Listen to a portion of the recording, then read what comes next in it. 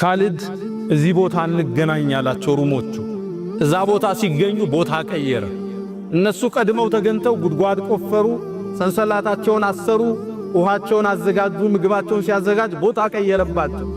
ኻሊድ ቀየረ ሲባል ምግባቸውን አንስተው ጉድጓድ ደፍነው ተከተሉት። ሄደው ቀደቡትና ቆፈሩ፣ ሰንሰለት አሰሩ። ልክ ይህን ሲያደርጉ ቦታ ቀየረባቸው። ሶስተኛ ደከሙ፣ አደከማቸው። መጀመሪያ ጉድጓድ ይቆፍራሉ፣ ጉድጓድ ይደፍናሉ፣ ዕቃ ይሸከማሉ፣ ዕቃ ያወርዳሉ። መጨረሻ እንደደከሙ ሲያቅ ሰራዊቱ ፊት ለፊት ተገናኛቸው። በአረቦቹ ፍልሚያ ሙባረዛም ይባላል። ሁለት ጀነራሎች ፊት ለፊት ወጥተው ይላተማሉ። ያሸነፈው የጦርነቱን ቃና ይወስነዋል።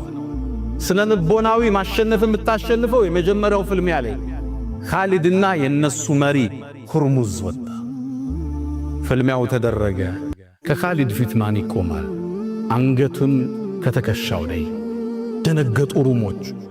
እነ ኻሊድ ከፍተኛ የሆነ ዘመቻ አደረጉ። ድባቅ መጥቶ ወደ መዲና ተመለሰ። ኻሊድ ረዲየላሁ ተዓላ አን ኻሊድ አላህ ይውደደው።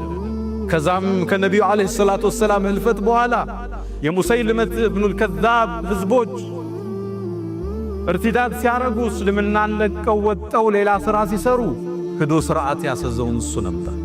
በእስልምና ታሪክ ትልቅ የሚባለው የርሙክ የሚባለውን ጦርነት በሱ የጦርነት ስትራቴጂ ነበር ድል ያደረገ። ኻሊድ በጦርነት ግጥሚያ ውስጥ ተሸንፎ ማቅ ከሰለመ በኋላ ከፈረስ ወርዶ ማቅ ሰይፉን ወደ ለምዱ ያላስገባ ጀግና ነበር። ኻሊድ ኢብኑል ወሊድ ታታሪ ጀግና፣ በዲኑ የጸና፣ ለእስልምና ከፍ ማለት ትልቅ አስተዋጽኦ የነበረው ኻሊድ ኢብኑል ወሊድ ረዲየላሁ ተዓላ